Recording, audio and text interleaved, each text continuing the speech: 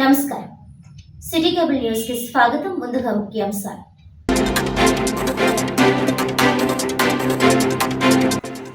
Kakinada GGH neurology department Sharif ఆధ్వర్యంలో epilepsy day. Correct treatment తీసుకుంటే epilepsy వ్యాధి 100% నయమవుతుందన్న APNCA president Babji.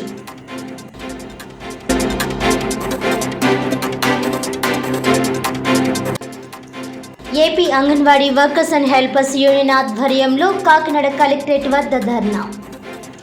Anganwadi mini సెంటర్లను మెయిన్ సెంటర్లుగా మార్చుతూ తక్షణమే జీవో విడుదల చేయాలని డిమాండ్.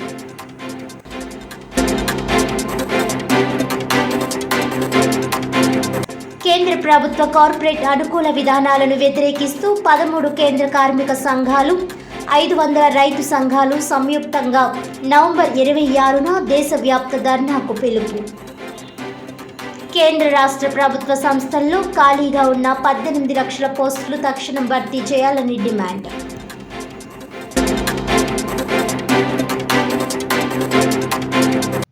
డీటెయిల్స్ చూస్తే కాకినాడ జీజీహెచ్లో నవంబర్ 17 ఎపిలిప్స్ డే సందర్భంగా Rangaraya medical college, government general hospital, neurology department doctor Sharif ఆధ్వర్యంలో ఎపిలిప్స్ పరీక్షల కార్యక్రమాన్ని డాక్టర్ బాబ్జీ ప్రారంభించారు. ఈ సందర్భంగా ముఖ్య అతిథి ఏపీఎన్ఎస్ఏ ప్రెసిడెంట్ బాబ్జీ పాల్గొని ఎపిలిప్స్ పరీక్ష శిబిరాన్ని ప్రారంభించారు. అనంతరం మీడియాతో మాట్లాడుతూ ప్రపంచవ్యాప్తంగా నవంబర్ 17న ఎపిలిప్స్ డే జరుపుకుంటారని, రేపు ఆదివారం కావడంతో ముందస్తుగా ఈరోజు ఈ కార్యక్రమాన్ని జరుపుకుంటున్నామని తెలిపారు. ప్రజలందరూ ఎపిలిప్స్ అనేది ఒక భయంకరమైన జబ్బని అనుకుంటున్నారని, అది వాస్తవం కాదని, దానికి కరెక్ట్గా ట్రీట్మెంట్ తీసుకుంటే 100% క్యూర్ అవుతుందని, దానికి ఆపరేషన్లు కూడా ఉన్నాయని, ఆపరేషన్ వల్ల కూడా తగ్గించవచ్చునని, దాని గురించి అవగాహన కలిగించడానికి గవర్నమెంట్ జనరల్ హాస్పిటల్ న్యూరాలజీ డిపార్ట్మెంట్లో ఎపిలిప్స్ డేని జరుపుకుంటున్నామని అన్నారు. జీజీహెచ్ సూపరింటెండెంట్ లావణ్య కుమారి మాట్లాడుతూ 3వ నెంబర్లో ప్రత్యేకంగా ప్రతి శనివారం కూడా మూర్ఛ వ్యాధికి పరీక్షలు చేసి మందులు ఇవ్వడం జరుగుతుందని, అస్తమానం హాస్పిటల్కి రావడానికి కష్టంగా ఉంటుంది కాబట్టి నెలకు సరిపడా మందులను ఒకేసారి ఇవ్వడం జరుగుతుందని, ఈ అవకాశాన్ని పేషెంట్లు ఉపయోగించుకొని ప్రతి శనివారం 3వ నెంబర్ గల గదిలో చూపించుకొని తగిన మందులు తీసుకోవాలని మూర్ఛ వ్యాధి పేషెంట్లు కాకినాడ జీజీహెచ్లో ఈ అవకాశాన్ని సద్వినియోగం చేసుకోవాలని కోరారు. 17 నవంబరు ఎపిలెప్సీ డే, ప్రపంచమంతా దాన్ని సెలబ్రేట్ చేస్తూ ఉంటారు. అందులో భాగంగా Rangaraya medical college, government general hospital, neurology department కాకినాడలో షరీఫ్ గారి ఆధ్వర్యంలో ఇక్కడ ఎపిలెప్సీ అవగాహన సదస్సులాగా కండక్ట్ చేస్తూ ఉన్నాము. ఇక్కడ సూపరింటెండెంట్ గారు, నేను యాజ్ ఏపీఎన్ఎస్ఏ ప్రెసిడెంట్గా ఈ కార్యక్రమాన్ని కొనసాగిస్తున్నాము. ముఖ్యంగా ఏంటంటే ఎపిలెప్సీ గురించి అందరికీ తెలియచేయాలి. పేషెంట్లకే కాకుండా పేషెంట్లు చుట్టూ ఉండే ప్రజలకు కూడా ఎపిలెప్సీ అనేది ఒక భయంకరమైన జబ్బు అని అనుకుంటారు. కాదు, దానికి కరెక్ట్గా ట్రీట్మెంట్ తీసుకుంటే 100% క్యూర్ అవుతుంది. ఒక్కొక్కసారి ఎప్పుడైనా కూడా ఒక 2%కి రిఫ్రాక్టరీ ఎపిలెప్సీ అని ఉంటుంది. దానికి ఆపరేషన్లు కూడా ఉన్నాయి. ఆపరేషన్ల వల్ల కూడా ఎపిలెప్సీని తగ్గించవచ్చు. దాని గురించి అవగాహన చేయడానికి ఈ గవర్నమెంట్ జనరల్ హాస్పిటల్ న్యూరాలజీ డిపార్ట్మెంట్లో ఎపిలెప్సీ డేని every Saturday we must thank the department of neurology and superintendent for allotting 1 day for epilepsy patients. ప్రతి శనివారము ఈ మూర్ఛ వ్యాధి పేషెంట్లు అందరూ కూడా గవర్నమెంట్ జనరల్ హాస్పిటల్కి వస్తే వాళ్ళని ఎగ్జామిన్ చేసి ఏ టైప్ ఆఫ్ ఎపిలెప్సీ అనేది నిర్ధారణ చేసి వాళ్ళకి నెలకి సరిపడా మందులు ఇవ్వడానికి సూపరింటెండెంట్ గారు ఒప్పుకున్నారు. ఆవిడకి మనం ధన్యవాదాలు తెలియజేస్తూ ఉన్నాము. Thank you. నమస్కారం. ఈవేళ నవంబర్ 18వ తారీఖు యాక్చువల్గా నేషనల్ ఎపిలెప్సీ డే. రేపు ఆదివారం కనుక దాన్ని పురస్కరించుకొని నేషనల్ ఎపిలెప్సీ డేని పురస్కరించుకొని ఈవేళ గవర్నమెంట్ జనరల్ హాస్పిటల్లో మనము ఎపిలెప్సీ క్లినిక్ని ఓపెన్ చేయడం జరిగింది. ఇక్కడి నుంచి ప్రతి శనివారం కూడా మూర్ఛ వ్యాధికి ప్రత్యేకంగా 3వ నెంబర్లో ప్రతి శనివారం కూడా మూర్ఛ వ్యాధికి పరీక్షలు చేసి మందులు ఇవ్వడం జరుగుతుంది. ఈ మందులు కూడా ఏంటి అంటే వారు అస్తమానం హాస్పిటల్కి రావడానికి కష్టంగా జరుగుతుంది కాబట్టి నెలకి ఒకసారి మందులు ఇచ్చేలాగా వాళ్ళకి ఏర్పాటు చేసాం. సో నెలకి సరిపడా మందులు ఒకసారి ఇవ్వడం జరుగుతుంది. ఈ అవకాశాన్ని ప్రతి మూర్ఛ వ్యాధి పేషెంట్లు కూడా సద్వినియోగం చేసుకొని వారు ప్రత్యేకంగా 3వ నెంబర్ గదిలో ప్రతి శనివారం వచ్చి చూపించుకుంటే కనుక వారికి కష్టం లేకుండా సులువుగా చూపించుకొని వెళ్ళడానికి కూడా వీలు కలుగుతుంది. తర్వాత మూర్ఛ వ్యాధి అనేది ఏంటి అంటే పేషెంట్లకి చాలా ఇబ్బందికరమైన పరిస్థితి, ఎస్పెషల్లీ ఆడవారికి గర్భిణీ సమయంలో కానీ తర్వాత పిల్లల్ని చూసుకుంటానికి కానీ day to day household works చేసుకుంటానికి కూడా చాలా ఇబ్బంది. ఇది సోషల్ ప్రాబ్లం కూడా. ప్రతి వాళ్ళు కూడా వాళ్ళు అదేదో సోషల్ ట్యాబు లాగా వీళ్ళకి మూర్ఛ వ్యాధి ఉంది అని చెప్పేసి, కానీ మూర్ఛ వ్యాధి అన్నది ఏంటి అంటే అది ట్రీటబుల్, కరెక్ట్ చేయడానికి వీలు లేని వ్యాధి కాదు. కాబట్టి ముందుగానే గుర్తించి వైద్యుల సూచనల ప్రకారం కరెక్ట్గా ట్రీట్మెంట్ చేసుకుంటే కనుక అది పూర్తిగా నయమవుతుంది. వారు సాధారణ జీవితం అందరిలాగే గడపచ్చు. సో ఈ అవకాశాన్ని ప్రజలందరూ సద్వినియోగం చేసుకొని అది ప్రతి శనివారం వచ్చి 3వ నెంబర్లో గవర్నమెంట్ జనరల్ హాస్పిటల్లో చూపించుకొని మందులు తీసుకొని వెళ్ళి వారిని బాగు చేసుకుంటారని ఆశిస్తున్నాం.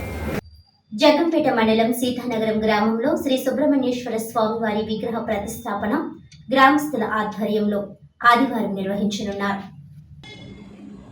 ఈ సందర్భంగా గ్రామస్తులు మాట్లాడుతూ పలువురు దాతల సాయంతో ఆలయాన్ని నూతనంగా నిర్మించి రంగులతో సుందరంగా అలంకరించి శ్రీ సుబ్రహ్మణ్యేశ్వర స్వామివారిని ఆదివారం 9:30 విగ్రహ ప్రతిష్టాపన జరగనుందన్నారు. శనివారం ఉదయం నుంచే స్వామివారి సన్నిధిలో పురోహితులు ప్రత్యేక పూజలు నిర్వహించారు. అనంతరం భక్తులకు ప్రసాద వితరణ కార్యక్రమం చేపట్టారు.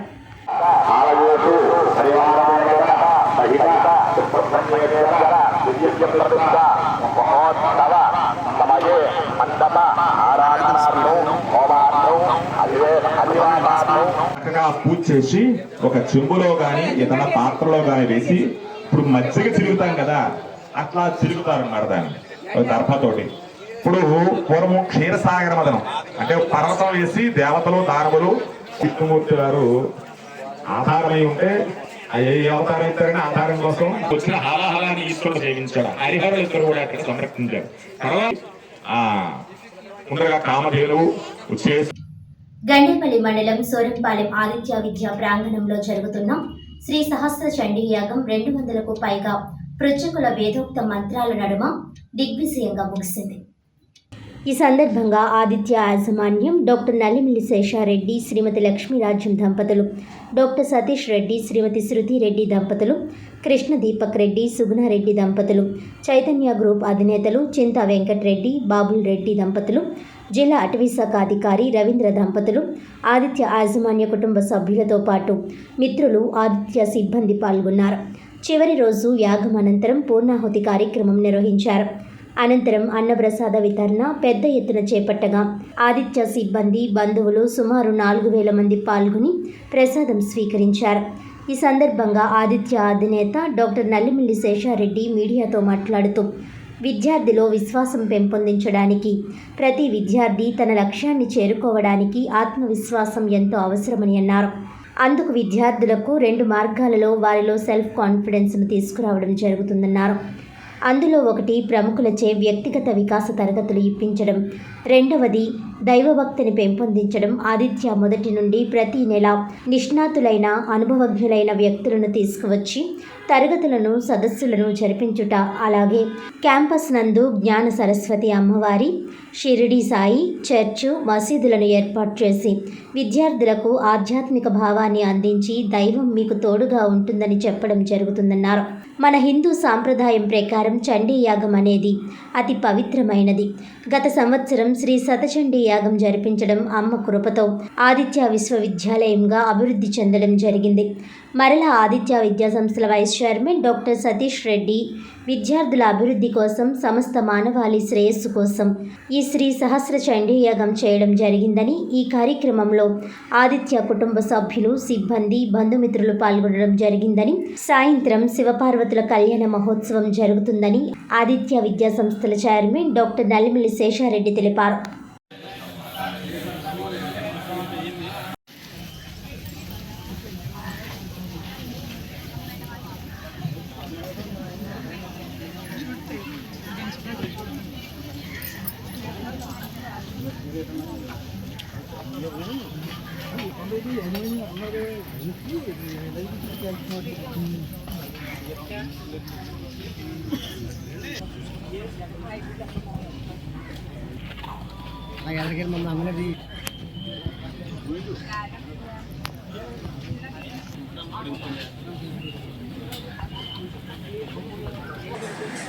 ఒక విద్యార్థి విజేతగా మారాలంటే, ఒక విద్యార్థి ఉద్యోగస్తుగా కావాలంటే self confidence is most important.